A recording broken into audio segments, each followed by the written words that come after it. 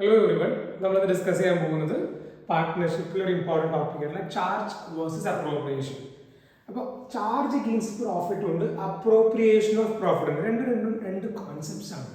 Okay, അപ്പോൾ charge against profit എന്ന് പറഞ്ഞാൽ അത് ഫേമിനെ സംബന്ധിച്ച് ഒരു എക്സ്പെൻസ് ആണ് എന്ന് പറഞ്ഞാൽ നിർബന്ധമായിട്ടും പേയ്മെൻറ്റ് ചെയ്യേണ്ട സാധനം.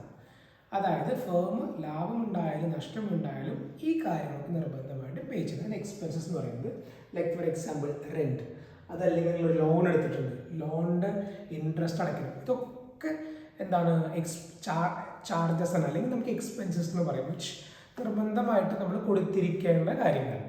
അപ്പോൾ ഇതൊക്കെ പ്രോഫിറ്റ് ആൻഡ് ലോസ് അക്കൗണ്ടിൽ നമ്മൾ ഡെബിറ്റ് ചെയ്യുന്ന കാര്യങ്ങളാണ്. അപ്പം എന്ന് പറയാം, ചാർജ് എന്ന് പറഞ്ഞു കഴിഞ്ഞാൽ നിർബന്ധമായിട്ടും ഒരു ഫേം കൊടുത്തിരിക്കേണ്ട ഐറ്റംസ് ആണ്.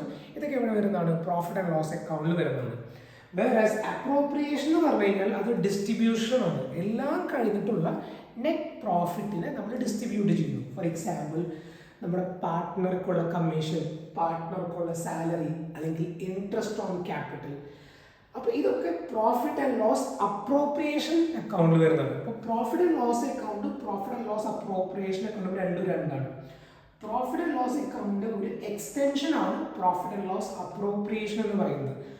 പാർട്ട്ണർഷിപ്പ് ബിസിനസ്സുകാരാണ് ഈ അക്കൗണ്ട് പ്രിപ്പയർ ചെയ്യുന്നത്. അതായത് എല്ലാ എക്സ്പെൻസും കഴിഞ്ഞിട്ടുള്ള നെറ്റ് പ്രോഫിറ്റിനെ നമ്മൾ ഡിസ്ട്രിബ്യൂട്ട് ചെയ്യണം. പാർട്ട്ണർക്കുള്ള salary, commission, interest on capital, അതാണ് ഈ പ്രോഫിറ്റ് ആൻഡ് ലോസ് അപ്രോപ്രിയേഷൻ എന്ന്. ഇപ്പോൾ എപ്പോഴും മനസ്സിലാക്കാൻ, ചാർജും അപ്രോപ്രിയേഷനും രണ്ടാണ്. ചാർജസ് എന്ന് പറഞ്ഞാൽ നമ്മൾ നിർബന്ധമായിട്ടും കൊടുക്കേണ്ട എക്സ്പെൻസസ്. അതായത് it does not depend on whether your firm earns profit or not.